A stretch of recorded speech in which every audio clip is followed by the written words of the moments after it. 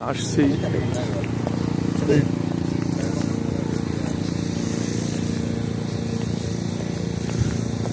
সুপ্রিয় সুধী, আমি খন্দকার মাসুদুজ্জামান। আমরা জিয়া উদ্যান এবং মরহুমা বেগম খালেদা জিয়ার আজকে ওনার মৃত্যুর পরে প্রথম জন্মবার্ষিকীতে আমরা এখানে এসেছি এবং এখানে শ্রদ্ধা নিবেদন শেষে দোয়া মোনাজাত করব। আমরা এইমাত্র প্রবেশ করলাম। আমরা প্রবেশ করেছি।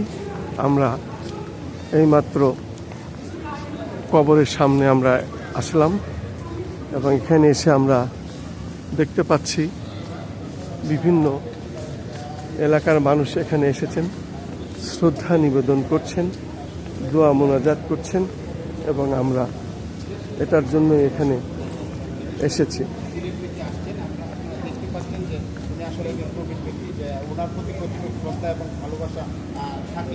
শুধু দর্শক, শ্রদ্ধা নিবেদন, দোয়া মোনাজাত, আমরা এখানে এসেছি।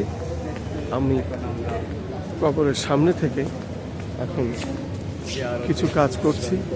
আমরা মোটামুটি আমাদের কাজগুলো আমরা ধারাবাহিকভাবেই করে যাচ্ছি এবং সেটাই আমি ধারণ করছি। আমি খন্দকার মাসুদুজ্জামান। আমাদের 12টি ইউটিউব চ্যানেল, 2টা অনলাইন পোর্টাল এবং দীর্ঘদিন জাগদল থেকে আমরা শহীদ প্রেসিডেন্ট জিয়াউর রহমানের হাত ধরে বিএনপির রাজনীতিতে, আমার পিতা ভাই হত্যা হয়েছে, কিন্তু ব্যবসা প্রতিষ্ঠান লুটপাট করেছে, জয়নাল হাজারী এলাকায় কাজ নিয়ে গেলে সমস্ত কাজের টাকা পয়সা লুটে নিয়েছে। আমরা ন্যায় বিচার এখনও পাইনি। জেনারেল আজিজের আমলে আমার ভাই ঝিনাইদহ প্রথম প্রতিষ্ঠাতা বিএনপির এবং সেই জাগদল থেকে বিএনপির উনি একসময় শৈলকুপা উপজেলার সাংগঠনিক সম্পাদক।